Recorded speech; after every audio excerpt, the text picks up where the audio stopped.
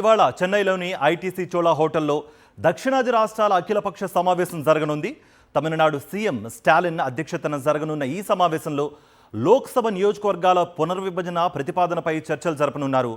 ఈ కార్యక్రమానికి CM Revanth, BRS working president KTR, Kerala CM Pinarayi విజయన్తో పాటు పలువురు నేతలు హాజరు కాబోతున్నారు. టీఎంసీ ఈ సమావేశానికి దూరంగా ఉంటోంది. ఇదే అంశానికి సంబంధించి మరింత సమాచారం అందించడానికి మా ప్రతినిధి వెంకటేష్ లైవ్ ద్వారా జాయిన్ అవుతున్నారు. వెంకటేష్, ఈ భేటీ తర్వాత ఎలాంటి వాయిస్ వినిపించే అవకాశం కనిపిస్తోంది? మీ దగ్గర ఎటువంటి సమాచారం ఉంది?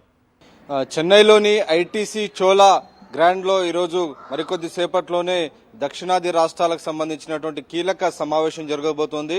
ప్రధానంగా డీలిమిటేషన్లో దక్షిణాది రాష్ట్రాలకు అన్యాయం జరుగుతున్నటువంటి నేపథ్యంలో ఆ అన్యాయాన్ని ఎదిరించేందుకు కలిసికట్టుగా పోరాడాలనేటువంటి ఒక ఉద్దేశంతో ఈరోజు దక్షిణాది రాష్ట్రాలకు సంబంధించినటువంటి పార్టీలన్నీ కూడా ఒక వేదికపై వచ్చాయి.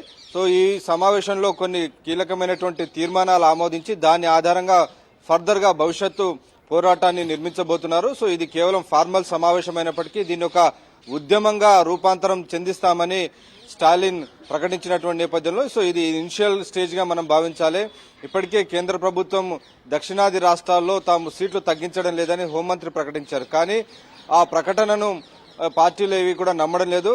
లోక్సభ సాక్షిగా ప్రకటన చేయాలంటున్నారు. అలాగే 1971 జనాభా లెక్కల ప్రకారమే డీలిమిటేషన్ జరగాలి, లేదంటే ప్రస్తుతం ఉన్నటువంటి ఎగ్జిస్టింగ్ సీట్ల ప్రకారమే జరగాల్సినటువంటి అవసరం ఉంది. లేదంటే ఈ మొత్తం డీలిమిటేషన్ ప్రాసెస్ ను కూడా దాదాపు 30 ఏళ్ల పాటు 2050 వరకు కూడా దీన్ని ఫ్రీజ్ చేయాలనేటువంటి డిమాండ్ చేస్తున్నాయి. సో ఈ మూడు డిమాండ్లలో ఏదో ఒక డిమాండ్ పైన ఈ రోజు సాయంత్రం ఒక తీర్మానం చేసే అవకాశం కనబడుతుంది. అలాగే తీర్మానంతో పాటు దీనికి సంబంధించి ఒక నేషనల్ కోఆర్డినేషన్ కమిటీ కూడా ఏర్పాటు చేసేటువంటి అవకాశం ఉంది. సో ఈ రోజుతో పూర్తయ్యేటువంటి విషయం కాదు కాబట్టి దీనిపైన ఎలాంటి భవిష్యత్తు పోరాటాలు నిర్మించాలి, ఎలాంటి ఉద్యమాలు చేయాలన్న దానిపైన ఈ రోజు జరిగేటువంటి సమావేశంలో కొన్ని కీలక నిర్ణయాలు తీసుకునేటువంటి అవకాశాలు మనకు కనబడుతున్నాయి.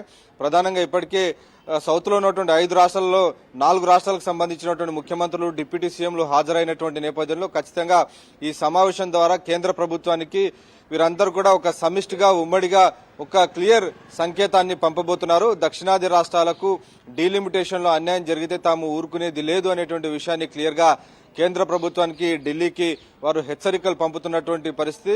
నిజానికి కేవలం ఇది సీట్ల పంచాయతే కాదు, దక్షిణాది రాష్ట్రాలకు ఈ ప్రస్తుతం ఉన్నటువంటి వచ్చేటువంటి జనాభా లెక్కల ప్రకారం కనుక డీలిమిటేషన్ జరిగితే చాలా వరకు లోక్సభ సీట్లు తగ్గిపోయేటువంటి ప్రమాదం ఉంది. సో అదే కనుక జరిగితే ఢిల్లీలో ఏర్పడేటువంటి కేంద్ర ప్రభుత్వంలో దక్షిణాది రాష్ట్రాల గొంతుక వినిపించేటువంటి అవకాశం కూడా, ఆ ప్రాధాన్యత కూడా తగ్గిపోతుంది. సో మొత్తం పూర్తిగా పవర్ అంతా కూడా ఉత్తరాది రాష్ట్రాలకు వెళ్లిపోవడం వల్ల ఖచ్చితంగా దక్షిణాది రాష్ట్రాలకు అన్యాయం జరుగుతుందనేటువంటి వాదనను ఈ పార్టీలన్నీ కూడా బలంగా వినిపిస్తున్నటువంటి నేపథ్యంలో ఇది కేవలం రాజకీయ పార్టీలకు సంబంధించినటువంటి అంశమే కాదు, దక్షిణాదిలో నివసిస్తున్నటువంటి ప్రజలకు సంబంధించినటువంటి అంశంగా ఈ పార్టీలన్నీ కూడా అభిప్రాయపడుతున్నాయి. సో ఈ నేపథ్యంలోనే దీనికి సంబంధించినటువంటి విషయాన్ని ఒక ఉద్యమంగా ముందుకు తీసుకెళ్లే దిశగా ఈ రోజు సాయంత్రం ఒక తీర్మానం పాస్ చేసేటువంటి అవకాశం కనబడుతోంది. Right Venkatesh, thank you for the brief.